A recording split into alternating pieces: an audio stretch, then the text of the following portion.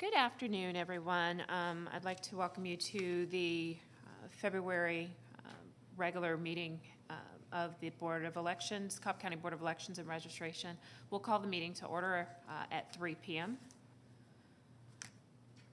And with that, I invite all those that are willing and able to rise with me for the Pledge of Allegiance. I pledge allegiance to the flag of the United States of America and to the republic for which it stands, one nation, under God, indivisible, with liberty and justice for all. Thank you. Moving on to the first item on our agenda, it is the approval of the agenda. Have all board members had an opportunity to review the agenda?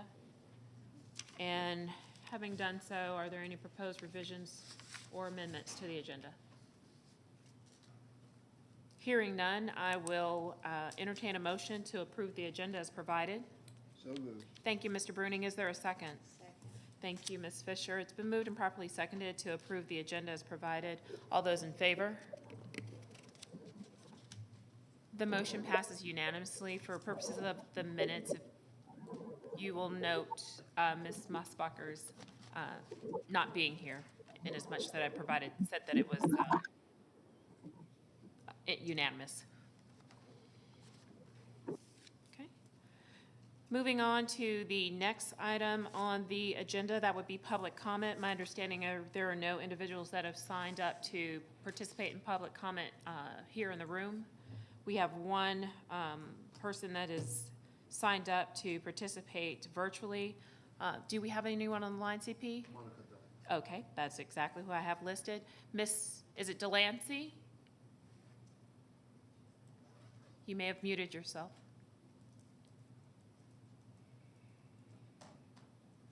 Monica Delancey? Oh, no, she's not on. Oh, perhaps she inadvertently muted herself, because I'm assuming that was the background noise we heard.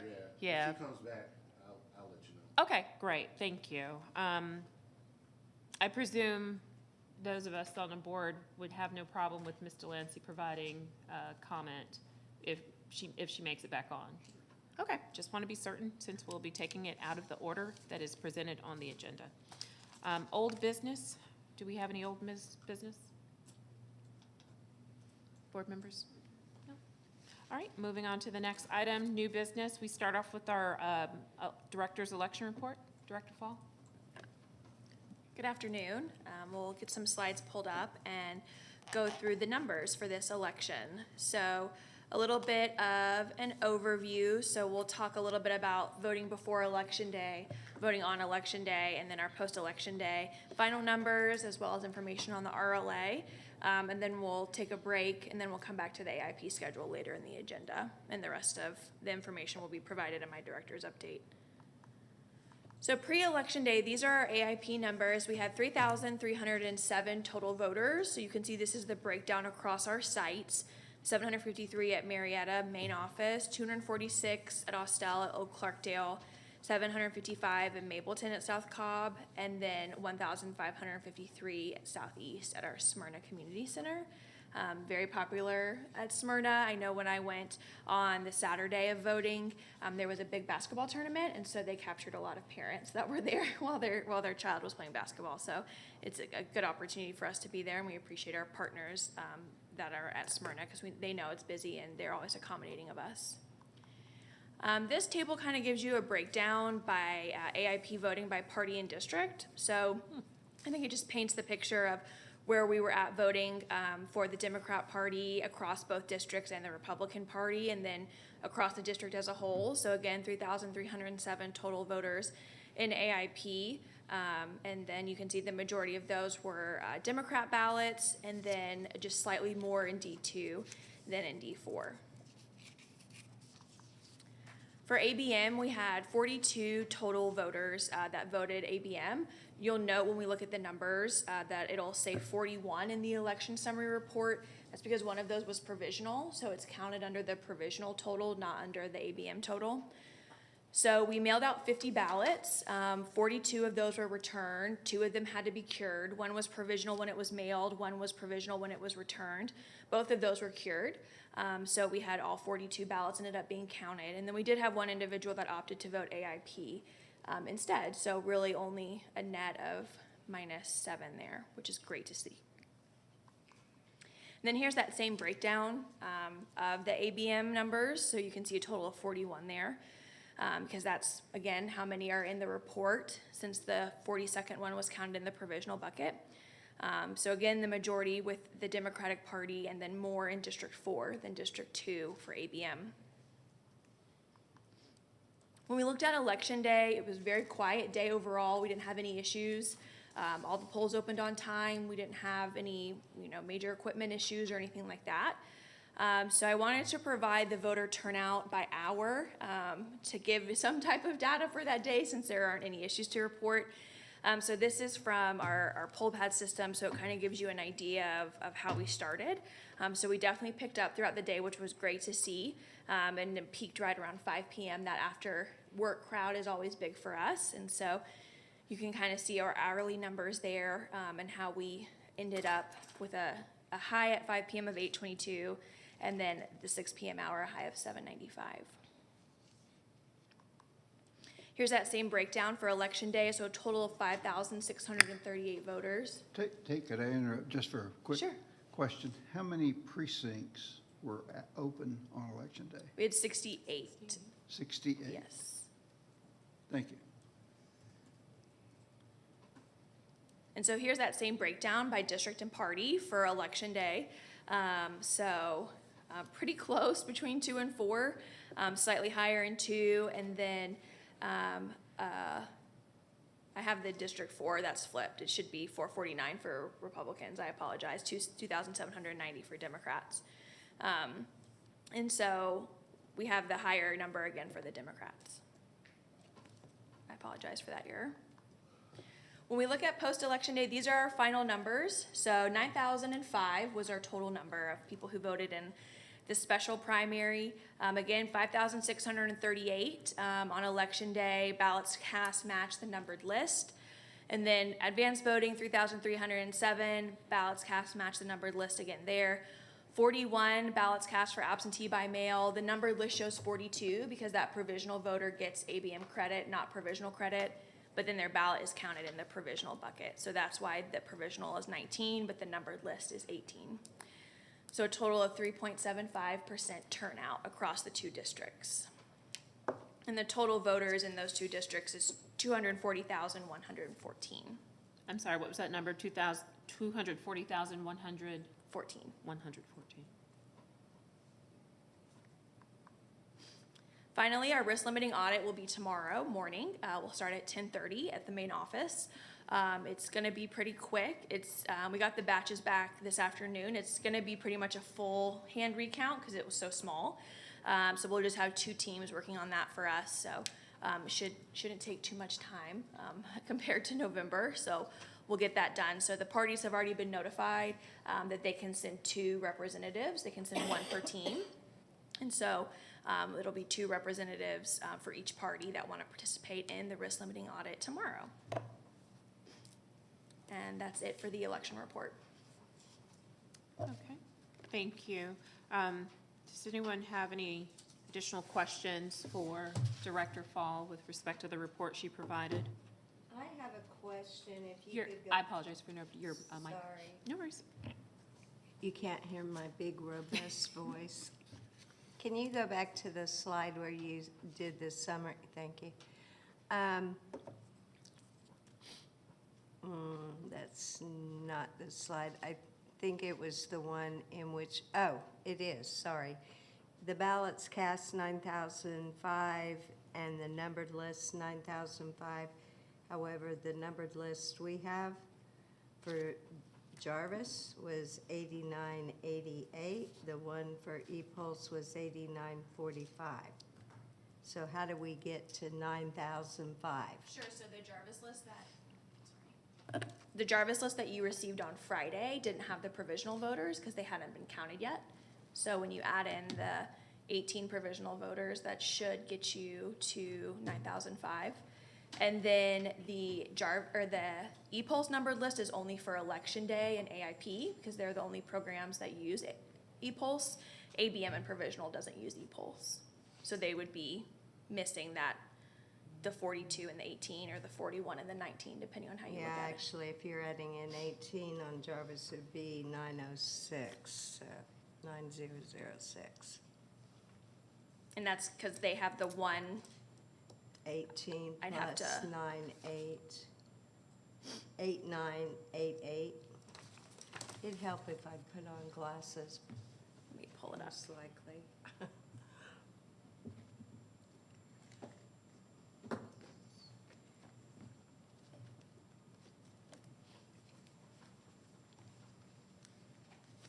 So if the Jarvis list is noted as 8988 and it's excluding the provisional, adding in 18, that would be 9,006. And I'm sorry, Debbie, what did you say what was it? No, E-polls? E-polls, 8945, 8945. yeah.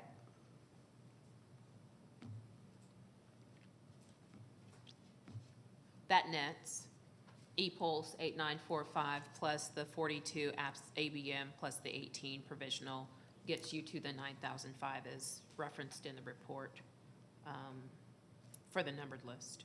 Okay. Any additional questions for Director Fall? Okay, Thank you. thank you. With that, happy to entertain a motion to certify the results of the February 11th, 2025 special primary election. So moved. Thank you, Mr. Bruning. Is there a second?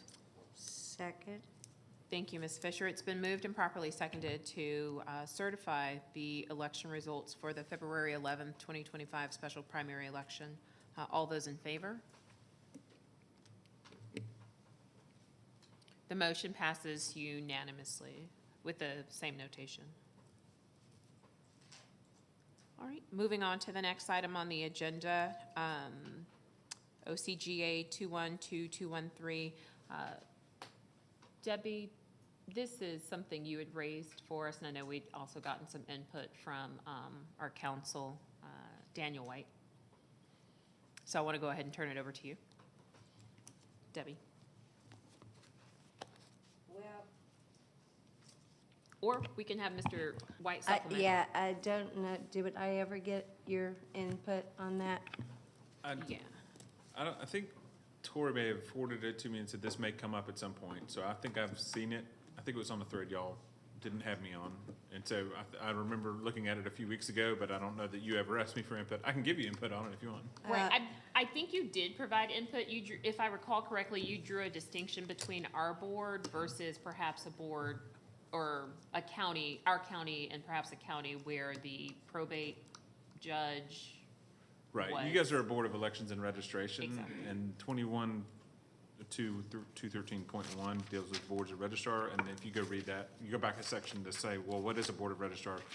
And that's, sort of before most counties had boards of election and registration, there'd be a separate Board of Registrars, and the Superior Court judge would pick up to 3 to 5 members or something like that to serve as registrars, and that's who the 21-213.1, that's an allowable, like the county commission can allow those people that are appointed as registrars to have that monthly expense paid. So it's not mandatory, it's authorized, but it's also only for boards of registrar, which are kind of going away in the state as of last year. Everybody's got to move to the boards of election and registration. So it's kind of one of those code sections that needs to be retired and will be soon, I imagine. And where do you see that it signals out that it would be an appointed board from the probate? Well, you kind of have to know the terms that the code use, but, I've got it right here. in yes, front of me. 21-213. I don't see anything that So dictates. it says the governing authority of each county is authorized to provide as contingent expenses, so that's one, they're authorized, it's not mandatory, but, for the operation of the office of the Board of Registrars. and you're not a board of registrars. You're a board of elections and registration. So, and if you want to see where that distinction is, like, it comes in a lot. So you see 213, or really 212 is where county registrars is defined. So if you flip back a couple pages, 212 is where county registrars is defined, and it talks about, except in the county which has a board of elections and registration, so that's you. So except in this county, or counties like Cobb that have board of elections and registration, the judge of the Superior Court shall appoint, in accordance with this code section, no less than 3, no more than 5, and judicious, intelligent, so that's how you get a board of registrars, is the Superior Court judge appoints a board of registrars in these counties that don't have a board of elections registration. Then you go to 213, and it talks about that board of registrars can hire county deputy registrars, which is a whole different thing, but that's only for those, that board of registrars. Then you've got this contingent monthly expense, but if you keep going, in 214, you'll see they make a list of, the first two sections start with just members of the board of registrars. So A says members, that says what their qualifications will be of the board of registrars. And then, but then if you go to B, it says the office of a county board of registrar, so that's one thing, a deputy registrar, that's another thing, a member of a county board of elections or registration, or county, so it goes through and lists all these different things, so you can see they are treated as different things in the code. And then it says those offices shall become vacant if they qualify for office. So that the way the code developed over the years is they created these boards of election and registration. Those your expenses and the payments come in under the local law that creates the board. So everything that this board has in terms of authorized expenses and budgets and things comes in under the local legislation. Unless it's created by the courts. Right, unless you're, well, that's a board of registrars. So you're not a board of registrar. Okay. And is that affected at all by the new statute that went into effect in July? Yeah, so the one in July January, says that everybody that doesn't have a board of elections registration yet, that still uses probate judge or whatever whatever your local superintendent Yeah. might be, that every county has to create a board. So presumably that county has been told you have to create, and that kind of sets forth the parameters, but every county would have their own local legislations for creating their board of elections and registration. Yeah, there shouldn't be any more court control over elections, correct? Right, well, Okay. correct, after December of this So year. really, this particular statute needs to have a serious, Yeah, it will Makeover. probably go away soon, I would think. Once the state's sure that that everybody's got their boards of election and registration, hopefully they'll clean that up. Now, we know sometimes they don't, and they leave things in the code of elections. perhaps that's something for this session. Right, yeah. Okay, thank you. And just for the edification of those that are, it's my turn. For the edification of those that are present with us, or for that matter, that are tuned in via our stream, the conversation related to the stipend, if you will, that the board receives. And I only note that for purposes of Ms. Efrat and Mrs. Fisher. We have had conversations, I believe, prior to your joining the board about the possibility for increasing the stipend. It's public knowledge that board members receive a stipend of $150 per month. The chair receives a stipend of $200 per month. I defer to those that will obviously remain on the board beyond, my term, or at any point, if that's something that we want to raise in the absence of being able to do so under this particular provision of the code that you raised. Well, since we have, a lot of talk about raising minimum wage to $20, if you divided that $150 by the hours that we commit to this, it's not like I'm looking for money. Understood. I'm just so happy to do this, but, yeah. But, it was worth the conversation, so. And that's why I wanted to clarify. that it's not the first time, although albeit not under this particular code provision, it's not the first time that it's been raised, and I've actually done that calculation. Oh, have on you? that too. Yeah, it ended up being about 2 cents, but and that's now how I- you know we are absolutely dedicated to the work that we do. Yeah, one election, I think we blew it for an annual. Yeah, Yeah, so- okay, all right. And to the extent that it's needed or anyone wants to continue to follow up on that, I do recall, and I can dig it out, reaching out to similarly sized counties, DeKalb, Fulton, and others to find out what their stipends are for their chair and their the balance of the board Which members. is one of the reasons I brought it up. It came up in a discussion amongst other board members in different counties, and I went, you get how much? Right. Yeah, okay, thank you. So perhaps something to be taken up for, at another meeting. Moving on from there, I believe the next item on the agenda is the AIP voting schedule for the April 29th special general election. Director Fall? Sure, so we'll get the slides brought up, so we can look over that. It's also Exhibit A, or the third page in your packet. So as we look at the proposal, it's a mirror proposal of what the primary was. So the same 4 sites, all 4 sites with drop boxes, starting on April 19th, Saturday, from 9 to 5, Sunday, April 20th, from noon to 5, and then the final week, Monday through Friday, from 7 a.m. to 7 p.m. And I know that we discussed this, no, we did not discuss this one. We discussed the special, or the primary runoff last, during our election meeting, election night meeting last Tuesday. So, that being said, does anyone have any further discussion or input or questions they'd like to raise with regard to what's been proposed? I'll re-raise my issue with having, in what I deem to be heavy in the south side, very light in the north, as this location being the furthest north. I believe if you go from the top side of District 2 to this location, you're talking about 8 miles. Yeah, unfortunately, our office is the northernmost facility the county has in District 2. I double checked with property. There are no, I mean, there might be a storage facility along the way, but there are no facilities whatsoever that we could utilize in that area. There's, I believe, 8 precincts that are north of the main office. 6 of them are churches, and then 1 is Cobb EMC, and then 1 is a private facility that just lets us use that location on election day. So we've never utilized churches for AIP. It's difficult because of their activities, of course, that they have, and having a secure space just for us. And so we did explore District 2. It's, like I said, it's only 8 precincts that are north of the office. It's a pretty small sliver. And this was, the office is the northernmost location in that district. And you ruled out Cobb EMC, why?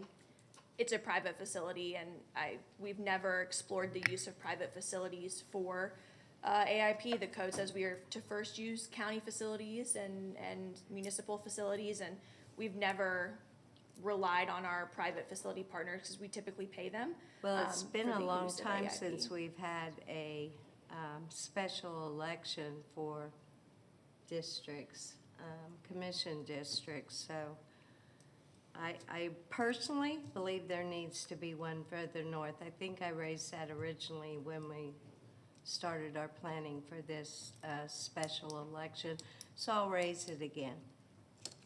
Thank you, Mr. Fisher, Ms. Fisher. Mr. Bruning, I believe. I was just gonna say, the Cobb EMC is not that much further north. I mean, that's just over there. And, so it's not, it wouldn't be it wouldn't be a significant benefit to the voters.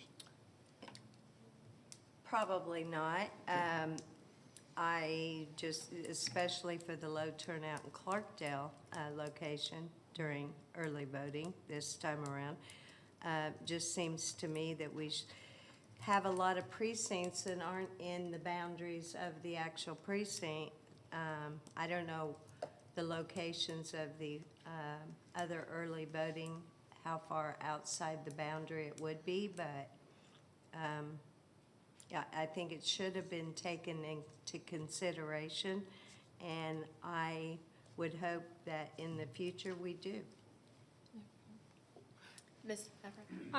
In terms of the timing, the dates and the times, I like it a lot because I believe it's important to be consistent from one election to the other. And since we had the same schedule for the primary, I'm glad to see that we're having the same schedule for the general. Thank you. Anything further?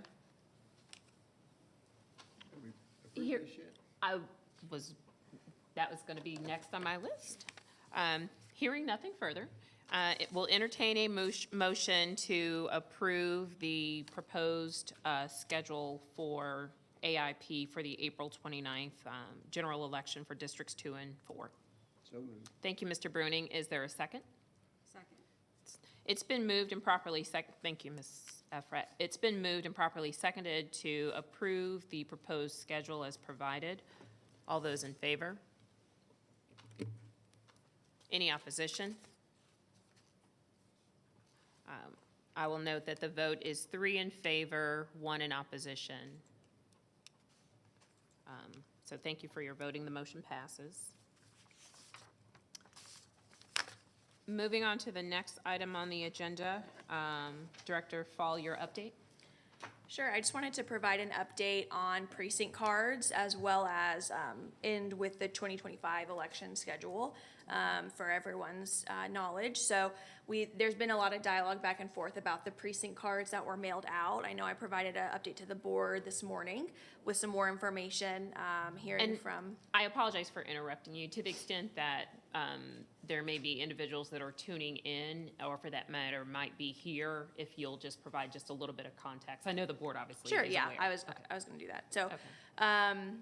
as I was saying, I provided an update to the board, so some of this will be some things you've already seen. But I know this was discussed in our previous meeting on election night.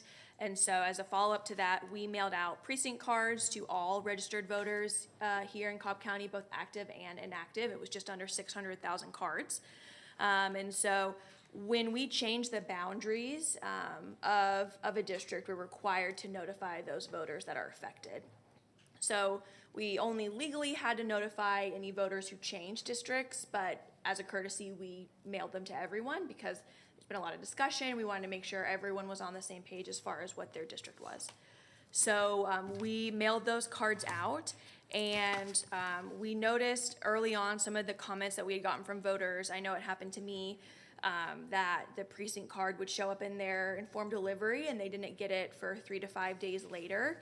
I had asked USPS or contacted USPS about that. I'm still awaiting a response from them on that particular issue, but they did provide some information on some of the other things that we saw. So as we started seeing those precinct cards return, we always expect a lot of those inactive cards to come back because a voter is inactive likely because they've moved. And so we expect that to come back. And that gives us an opportunity to key that into Jarvis or enter that into Jarvis as an interaction. That way, if they're not inactive, they can start the inactive status if we believe they've moved. Or if, yeah, I got it. Okay. Yeah, I'll move to that one in a second. And so we expect a large number to come back. And so we started seeing them come back, which is normal, but we started seeing some come back with a label that said postage due, which is not something we had ever seen before. And so I'll talk about that in a moment, but that just kind of, I think, recaps what we discussed on the election night meeting and kind of what will lead up to this information. So the total pieces mailed from the vendor was 592,253, and the total pieces scanned as received from the vendor by USPS was 592,299, a difference of 54 pieces. They didn't explain why. It could have just been a small group that got missed. I'm not sure. But that shows that all but 54 essentially postcards are proven that they were given to USPS, and then unfortunately, once they enter USPS's custody, there's nothing we can do in terms of the delivery. So whenever we get mail back, we log all the return mail in Jarvis, like I mentioned, as an interaction. if we get mail that's been returned as undeliverable, whether it's just undeliverable or it has a forwarding address, if the voter is active, a confirmation notice is sent to them, which starts the inactive process. And then that's processed in Jarvis as return mail. If the voter is already inactive, no action is typically taken since they are already inactive. However, if they do have a forwarding address, whether that's in Cobb County, out of Cobb County, or even out of state, we will mail them a voter registration application to update their address if they're still in Georgia, or we mail the cancellation form if their forwarding address is out of state. And so that's how we do our list maintenance process. I mentioned in the email earlier today that in our odd years is when we've always done list maintenance, so that's when we log all of the return mail. So registration team uses a spreadsheet to log all of that, in addition to keying all that information in Jarvis. It's not typical to do list maintenance in even years because it's so busy. Secretary of State had decided to do that last year, and so they weren't able to log them in a spreadsheet because we had redistricting. We had, hundreds of thousands of signature petitions we had to process for candidates. So there was a lot of other more time-sensitive needs. So all of the return mail was still scanned and indexed and associated to that person's voter registration record, but it wasn't logged and kept in a spreadsheet. So when I got a response from the vendor late Friday afternoon about what they saw on the postage due cards, essentially, when the vendor is running all the addresses through the USPS database, they do different databases, including NCOA, which is National Change of Address, and they check to see if any people have moved or if anyone has a forwarding or anything like that. So there were just over 38,000 pieces in our mailing, out of that just under 600,000 that were in the NCOA database. So what the vendor did is they added additional postage to include that forward service to be forwarded to them. This isn't something that we've had to do in the past because the previous vendor that we utilized used our permit number, and so they just charged the permit whenever it was forwarded. These precinct cards were mailed under a nonprofit prepaid mailer, which gets you a lower rate on the prepaid, and so that's what they used. I've asked why that's used instead of the permit number because that same vendor has used our permit number in previous mailings that were done through the state. So I'm waiting on a response from that.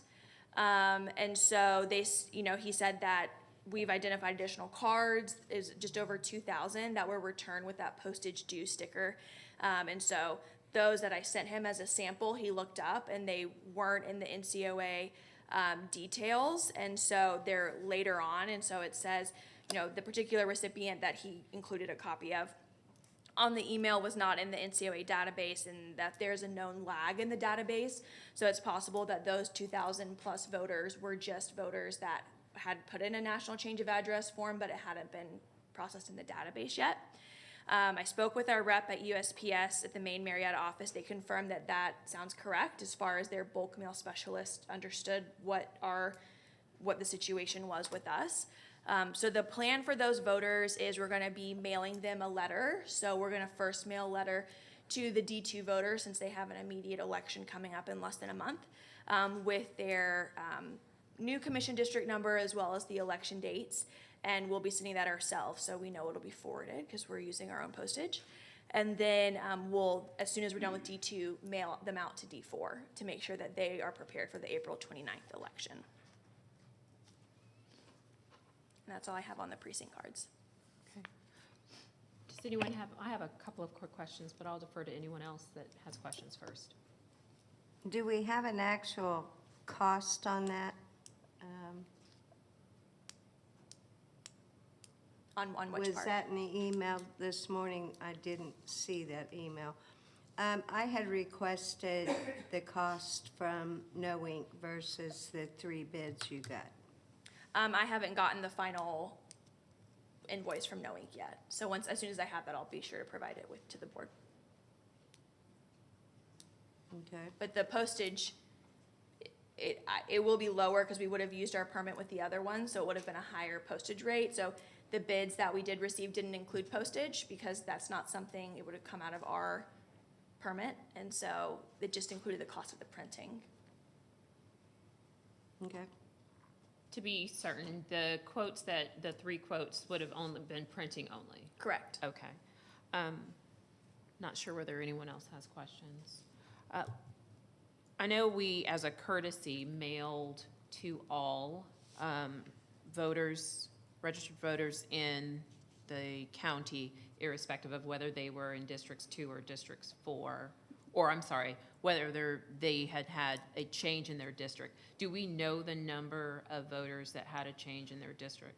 I don't believe we have that number in, Okay. like, readily available because there was a lot of changes, but Right. we could crunch the numbers and get those back to you. Okay. And then in that number crunching, if you could also share with the board the cost associated, well, you already said you'll share the cost associated. The other question I believe I'd raised, I know we're intending, based upon your report to us this morning, that you're intending to send a letter to those impacted voters. We used a large format precinct card, and I believe, Mr. Bruning, you shared in your time working and supporting the elections office, you've often seen, when you're working the election, voters coming in with those precinct cards.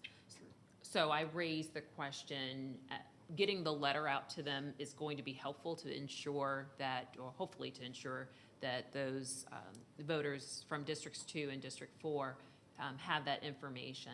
But are we going to provide these voters with a precinct card? I know they'll have the letter, but will we provide them with a precinct card on a go-forward basis? We can look at including them in our first quarter precinct card mail out for new voters. That way they have one. Okay. Just to the point that, per Mr. Bruning's experience, they carry them. They're usually, I think, the smaller ones so they can succinctly fit into just so they have one. I don't know that they'll keep a letter, but they very well may keep a precinct card. The bigger precinct cards are, you just fold them. Okay. And then they're the same size as the regular ones. So. Okay, got it. Great. Well, irrespective of the size, I think it might be important to provide them with a precinct card.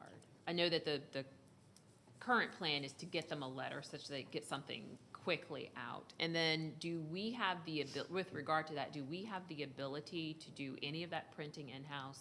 Yes, the letters will be done in-house. I know, I should have been clearer. The precinct cards? No, we don't have that capability. Okay. Okay. Those were the questions I had. Anybody have anything else? Nope. All right. The last thing I'll cover is just an overview of the remaining elections this year. So first one's done, yay, a lot more to go. So upcoming March 11th, District 2 and 4, a special primary runoff is just gonna be District 2. So we are picking up the project right now. That's why Mr. Dietrich's not here. He's on the way to CES to pick it up so we can get started on LNA. So we'll put out the notice for that. We'll probably start early next week, so I'll notify. It'll only be the Democrat Party that will be eligible for poll watching activities for the runoff, since they're the only party on the ballot. So be sure to notify the party representatives for the Cobb County Dems. And then April 29th is the special general election for both 2 and 4. June 17th, we'll have the PSC statewide primary, so it's going to be a statewide election. All precincts will be open for that. July 15th is the tentative date for our primary runoff, so that's just a placeholder for now. November 4th is the PSC statewide general as well as our municipal elections. We have 6 municipalities up, all except for Smyrna will be up this year, so we'll be quite busy with that. But since there's a coinciding state election, all precincts will be open on election day. And then tentative municipal runoff on December 2nd. Okay. And that's all I have. Great. Mr. Bruning, go right ahead. Just had one question on the PSC primary. As I understand it, we get to vote, every voter gets to vote on every slot on the PSC. Is that correct or not correct? I haven't been given any information from the state on the PSC. I believe it's only districts 2 and 3 is what the election calendar said, and that's the only information we've been provided. Okay. Dave, I do you- think Daniel. my recollection is that those are statewide districts, so, But which it's is, just 2 which is the, posts, right? right, just 2 posts, so everybody would get to vote on those 2 posts. I need to go back and read that statute. That was the one that got challenged in court, and that's why we have all these special elections, because people were challenging them, saying you can't have statewide districts, you know, you have to make it geographically proportionate. So my recollection is that these two are the statewide, but I'll double check and let you know by the next meeting.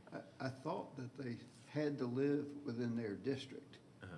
that they're running for, but voting was statewide. Yeah. So, I so think that's yes. right. That sounds familiar. Again, we haven't been given many details from the Secretary of State's office other than the election calendar, which did say that it was statewide, but it is, I believe, districts 2 and 3. I'll look back on the election calendar and double check. Great. I'll say that's my recollection as well, because I think the challenge or the basis of one of the challenges was, okay, well, if the candidate has to live in their district, should the voting for that district be limited to the voters that are registered that live in that district? But not for us to determine. Okay. Anyone else have any additional questions for Director Fall? Okay, well, thank you for your update. The next item on the agenda is the 2025 Communications Plan.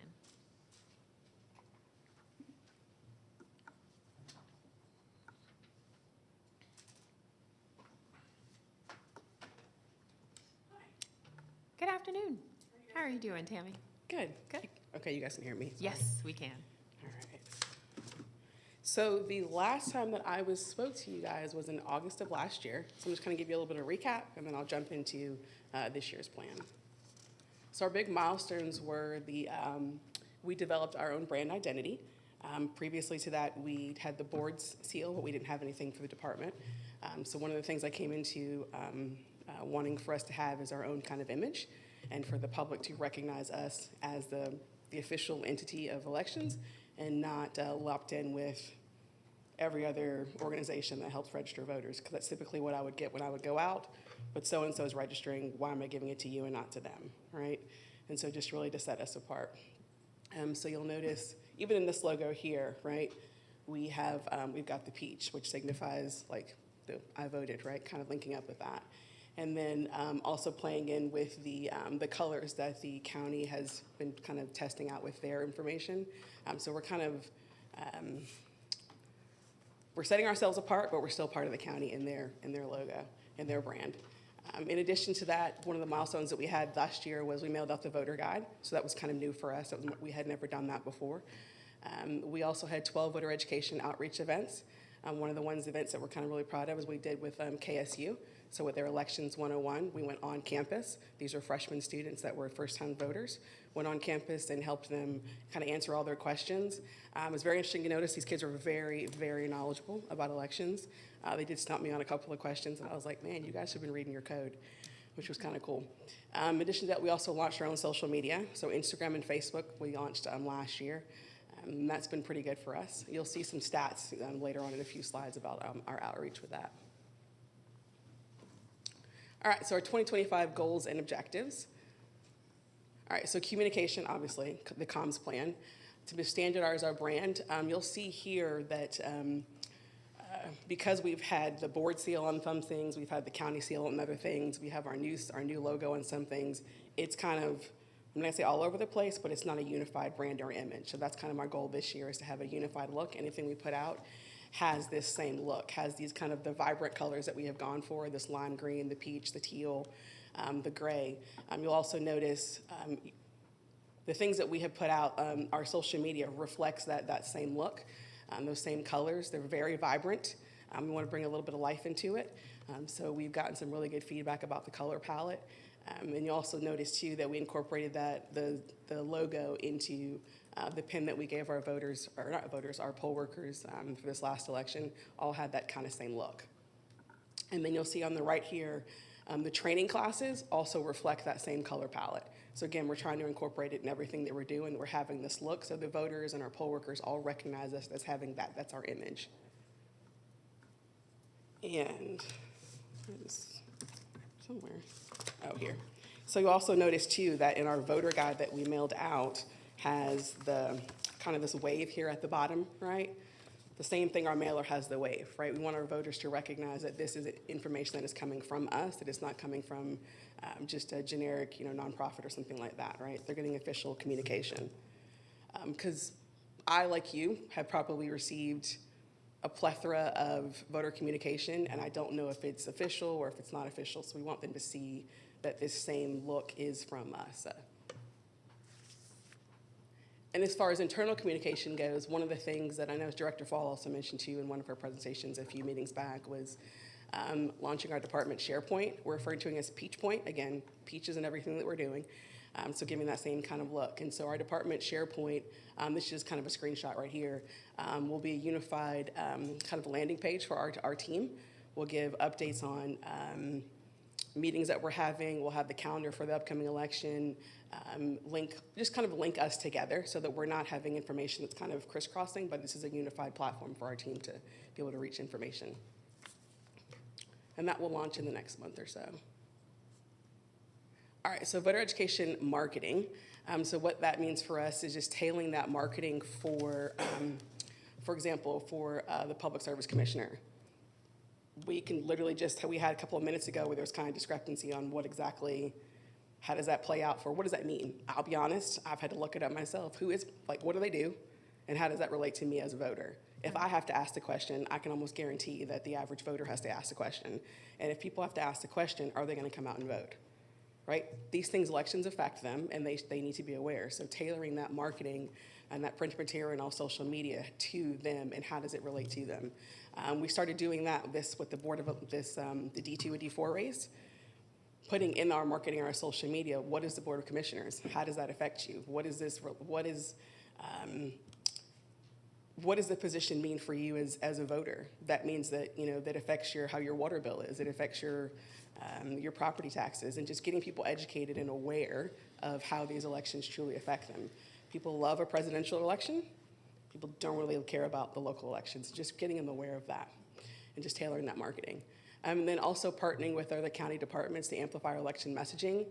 We don't have a large reach because, again, we just started our social media, but county comms has a large reach, right? They have a large presence, and just tapping into them to be able to help us out more. The library system has a phenomenal reach, tapping into them to help us out more. This isn't just transparency, $0. That's free marketing for us and free awareness, and so utilizing them, and then putting this tailored marketing, the printed marketing, in the library, putting it at senior services, and utilizing just our county partners to. All right, so voter education and outreach. Same thing that we've been doing, but just a little more strategic about our outreach. So just partnering with community organizations to be on site to register and assist voters, but just focusing more that aligns with our department goals. Not being everywhere to all people, not to rephrase that, not being at every location, but being in locations that are specific to our department goals and are aligned with our resources. Because I'm one person, and one person can't be at everybody's event. I would love to. However, like for example, it's back to school night for the schools. There's 5 of them that are on the same night. It can only be at one. So it's trying to picking which one has the largest market share that we can assist the most people. I would love to be at all of them, we just can't. And then updating our outreach displays to reflect our department brand. Our current displays reflect the board seal, because that's what we had been using. They don't currently reflect the new logo and our new look. So we just we're in the process of updating all of our displays and our tent and tablecloth and that thing to reflect this new logo and new image, so that the voters again see that peach, that teal, that lime. Look, that is Cobb Elections. It's not some random organization. All right, our social media, which I'm super proud of. I'm kind of a nerd for this, but I'm very proud of our social media. So continuing to use our education, continue to use our channels for education and awareness. So right now, my kind of goal for this upcoming year is to increase our reach and our follower count. So I've given you some stats for the last 30 days for our Instagram and our Facebook. So Instagram, we only have 144 followers. However, doesn't really matter, because our account reach, in the last 30 days, we have 3,455 people that we have touched that we didn't pay for. We're completely organic. Those are really good numbers. We've had 7,422 views, again, completely organic. So people are liking it, and they're sharing it, right? And so we're getting really good view count. We've had 267 interactions. That means somebody's liked it, shared it, that kind of thing. And then for our Facebook, and again, Instagram and Facebook is 2 different viewers. I'm an Instagrammer. I'm not really a Facebooker, but both are vital to our our marketing. And so for our Facebook, we've got 230 followers. We just got 12 new ones, very excited about that. And for views, we have 6,477. Again, that's completely organic within the last 28 days. Accounts reach is 1,394. And then, again, that's completely organic. We have 230 actual followers, so that extra 1,200 or 1,100, those are people that don't know us, which is really cool. And for majority of these are all local, because I've kind of deeper stats to figure out where they're coming from. And then engagement is 332 for the Facebook. That's people that have liked, followed, shared, that kind of thing, or repeated, or have gone back to the post multiple times to see it again. So again, for one of the goals for this year is just to increase those numbers, increase the follower count, and increase the our engagement with better content. I have noticed that the Board of Commissioners posts that talked about what exactly is the BOC, those had really good engagement, because it's awareness, education, right? I'm learning something new other than there's an election. So I'm really going more and deeper into the whys behind the what instead of just the what. All right, so crisis communication. One of the things that we have learned in last year's election safety contingency planning meeting that we had is that we don't have a legitimate crisis comms plan, like on paper. So prime example, we have a poll closure, what exactly does that mean? Who are we alerting? When are we alerting? What is the play-by-play of how that actually works out? We don't have that on paper. So that's one of my goals this year, is to do that. And I'm partnering with EMA, because that's their bread and butter. That's what they do. And they're helping us with developing a departmental internal and external communications plan, so that we can alert the public when if there's a poll closure. We can alert the public effectively and the media if there is, I don't know, something crazy happens. We can get the message out and get the message out the right way, not just on our website, but the plethora of ways that people get their information. So that is all I have for you. Do you guys have questions for me? I have a few questions, but per usual, I will defer. Go ahead, Mr. Bruning. I had a question on the voter guide. Can you send us a copy of that? A This PDF? one? Yes. Sure. I know one of our neighbor counties, I forget if it was Paulding or Douglas, got a massive amount of publicity for winning a national Paulding. award with their voter guide. And I often thought, we ought to do that. But, so I hadn't seen that voter guide. I'd like to compare it. Yeah, Paulding does a booklet, but Paulding is like 50, 60,000 voters. There's a difference to, Of course. yeah, there's a budget. Okay. But no, I do remember receiving the voter guide. Yeah, it was mailed out in advance of the November general election. Ms. Fisher? On your departmental goals that you're trying to align with, are those published anywhere? So No, they're not. they are.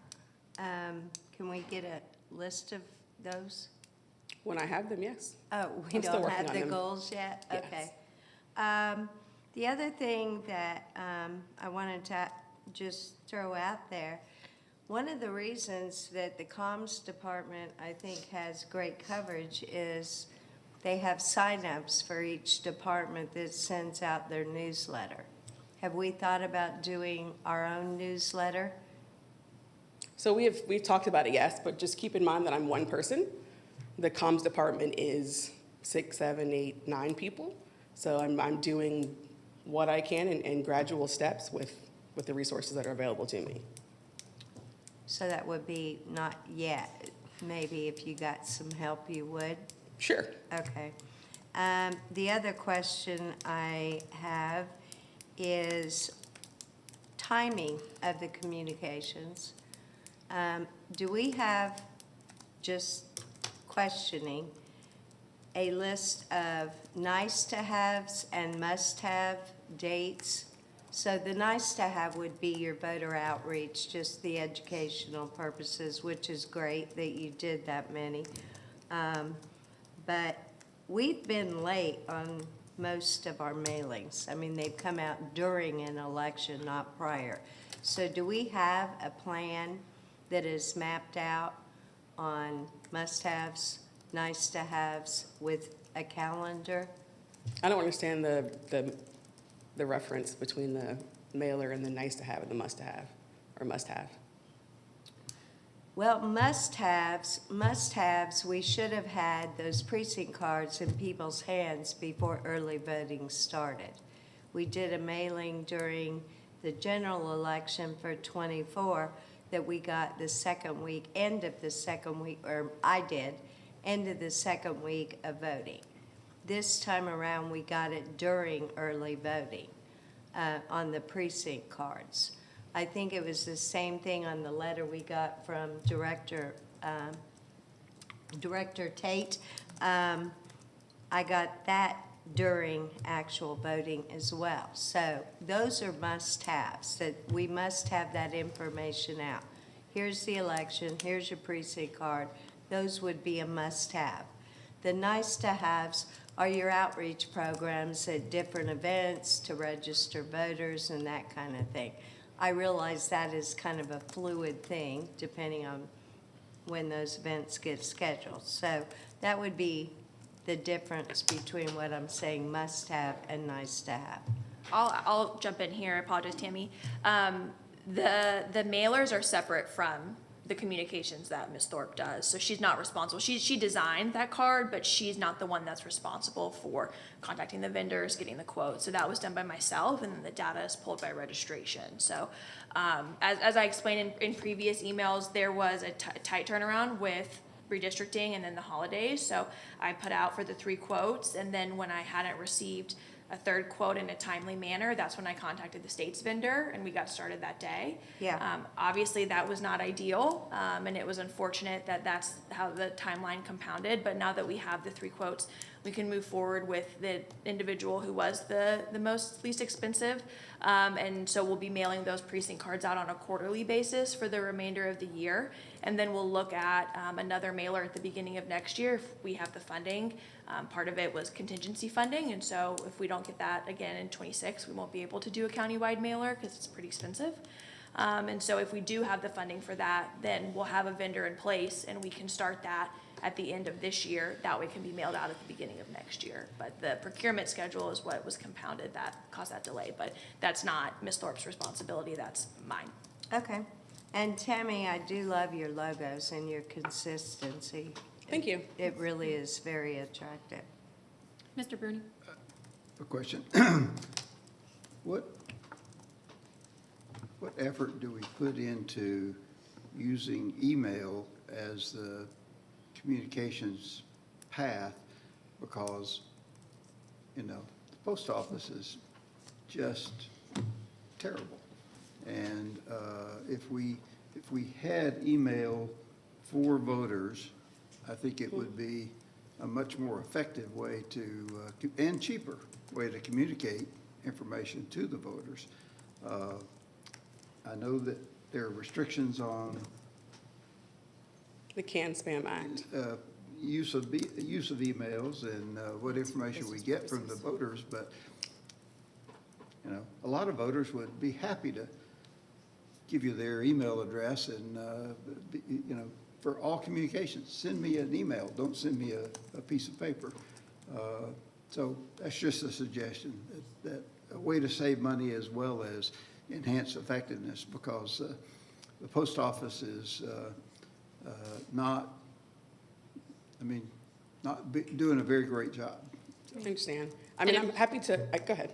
Yeah, I was gonna say, just to add on to that, so I don't know, I'm familiar with the Can Spam Act.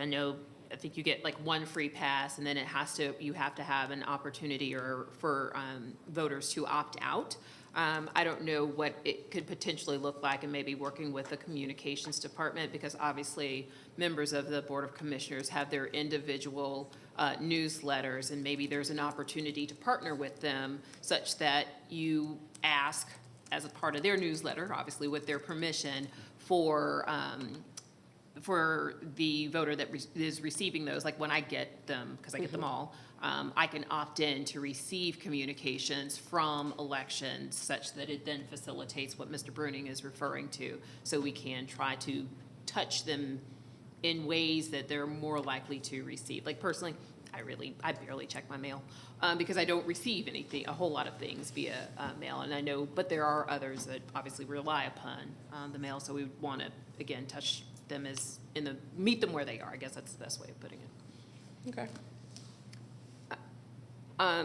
The questions I had, I wanted to inquire about email as well, and then I will just email this to both you and Director Fall, because the other method would be a mobile app. And I understand when you hear mobile app, cha-ching, that's money, and maybe it's something that we can consider. I know you partner, or not partner, but you liaise with Fulton pretty frequently, and in 2020, they launched a mobile app. And I just did a little bit of research about that mobile app, and specifically the vendor. And that particular vendor really focuses its efforts on municipalities, but they get great engagement on that mobile app. So that might be next gen, if you will, as far as your objectives. And then to the point that Ms. Fisher was making, do we have a specific kind of schedule? I understand the goals and the objectives, but we know that we're going to do this type of push, if you will, 30 days prior to the start of early voting, or 2 days, you know what I'm saying? That might be helpful. Like And a planning calendar? Yeah, a calendar, exactly. I do, yeah. Okay, so that might be helpful to share with the board. It might allay some of the questions that we have, but it also may begin to condition our voters so that they're always looking. They generally know 2 weeks prior to the start of AIP, they're going to receive, or they can view on Facebook or Instagram, certain communications. Does anyone have any additional points, questions? And I agree, love the look. It's great. Thank you. It pops and it catches your attention. So it's a good, excellent job that y'all are doing. Thank you. Okay, Thank you. perfect. Well, thank you, Tammy.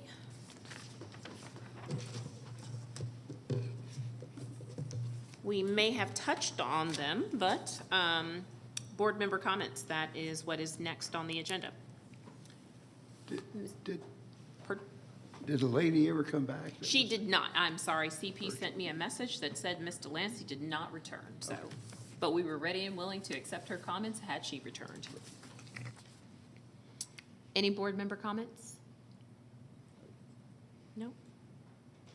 Well, I will say, unfortunately, I was unable to attend our pre-certification meeting, but did want to commend Director Fall and the team for the administration of the special election. And I know it's a lot. When I told someone that I couldn't attend a meeting today because I was certifying an election with my colleagues on this board, they were like, wow, you all vote every other month in Cobb. I was like, yes, it does seem like we do. So, but thank you very much. I know there was a smallish turnout, and it could be a lot of effort, but obviously every vote counts, and as long as we are providing Cobb voters with the opportunity to cast their votes, we're doing our job, irrespective of the turnout. So we appreciate y'all doing the work that you do. With that, I believe the next item on the agenda is executive session. Before I entertain a motion to go into executive session, to the extent that some individuals may not resume on the live stream, or for that matter, come back into this room. Our next meeting, Tuesday, March the 11th at 7 p.m., that's our election night meeting. Obviously, the primary runoff will take place on that day. Pre-certification meeting for that election will take place on March the 14th. That will take place at our election office, and then we will be back here 1 month from today for our regular meeting and certification. Again, that would be certification of the primary runoff election. So those are our upcoming meetings during the month of March. And again, the next item on the agenda is executive session. So I will entertain a motion to go into executive session. Do we need one today? Yes. Oh, okay. Personnel. Okay, let me We need provide another- more content for that motion. Right. I will entertain a motion to go into executive session for the purposes of discussing personnel matters. So moved. Thank you, Mr. Bruning. Is there a second? Second. Thank you, Ms. Fisher. It's been moved and properly seconded to move into executive session. All those in favor? The motion passes unanimously. Per usual, as is our process, when we move into executive session, we ask that the room be cleared. I don't anticipate any vote coming, that is necessary coming out of executive session for your purposes, CP. So we will not resume the live stream following executive session.